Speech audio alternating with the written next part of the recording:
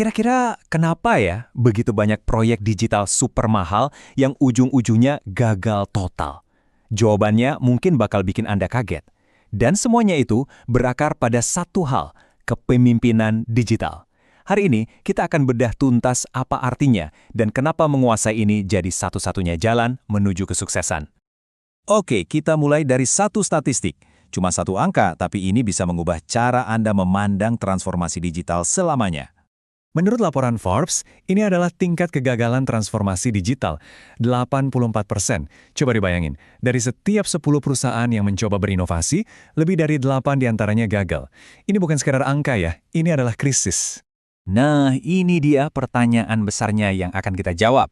Dan saya kasih bocoran sedikit, jawabannya itu seringkali tersembunyi di tempat yang gak kita duga. Dan ini bukan soal teknologi. Untuk menemukan jawabannya, kita akan membedah sebuah panduan yang keren banget dari Lembaga Administrasi Negara. Ini bukan sekedar teori loh, tapi lebih kayak peta jalan praktis tentang apa sih yang benar-benar dibutuhin buat memimpin di era digital. Untuk bisa paham apa yang baru, kita perlu balik dulu ke akarnya. Yuk, kita lihat dulu prinsip dasar kepemimpinan itu seperti apa sebelum kita loncat ke perubahan besar yang terjadi di era digital. Kutipan dari Bill Gates ini benar-benar merangkum kebenaran yang ababi. Jauh sebelum era digital kayak sekarang, inti dari kepemimpinan sejati itu ya pemberdayaan, bukan kontrol. Dan prinsip inilah yang jadi fondasi kita. Nah, sekarang coba dilihat perbedaannya. Jomplang banget kan? Di kiri itu kepemimpinan tradisional. Semuanya tentang harus ketemu muka, komunikasi dari atas ke bawah, dan pengawasan langsung. Terus di kanan ada e-leadership. Sebuah realitas baru di mana pemimpin harus bisa mengarahkan, terhubung, dan memberi pengaruh tanpa pernah bertatap muka. Ini dunia yang beda total. Dunia baru ini, ya, tantangannya juga baru dan sepenuhnya manusiawi. Gimana coba caranya membangun kepercayaan sama orang yang cuma Anda kenal lewat email? Gimana caranya bikin tim tetap semangat kalau kerjanya mencar-mencar di berbagai kota? Ini bukan masalah teknis, ini masalah kepemimpinan yang dalam banget. Oke, jadi kayak gimana sih sosok pemimpin yang bisa menaklukkan semua tantangan ini? Yuk kita bedah 4 karakteristik inti dari seorang pemimpin digital yang efektif. Pertama, seorang visioner inovatif. Kuncinya di sini itu bukan cuma tentang punya visi ya.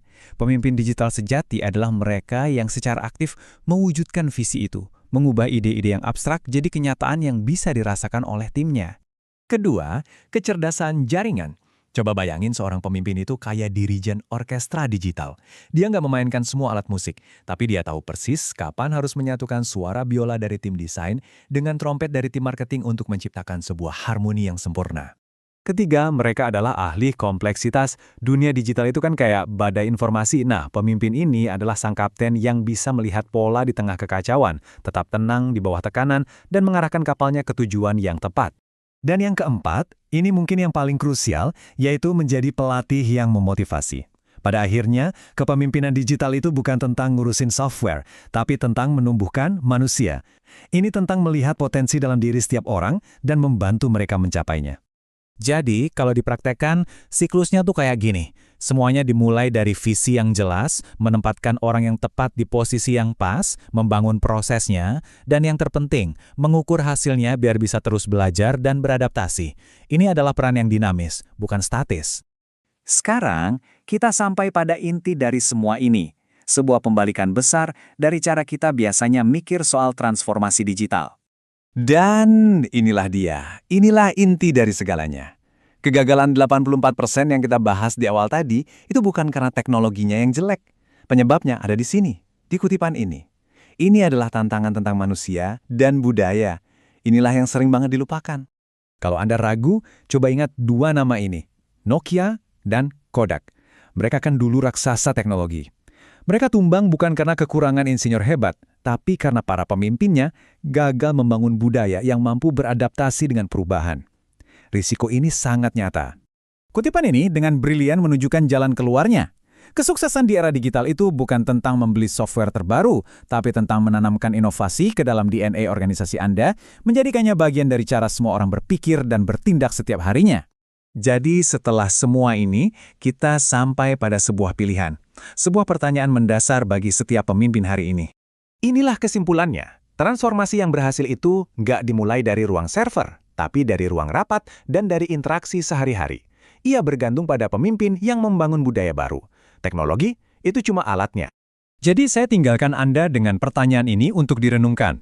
Apakah organisasi Anda lagi berinvestasi pada manusianya, pada cara berpikir yang baru, pada budaya kolaboratif, atau cuma sibuk beli lisensi software terbaru? Jawabannya akan menentukan apakah Anda menjadi bagian dari kisah sukses atau malah menambah angka pada statistik kegagalan 84% itu.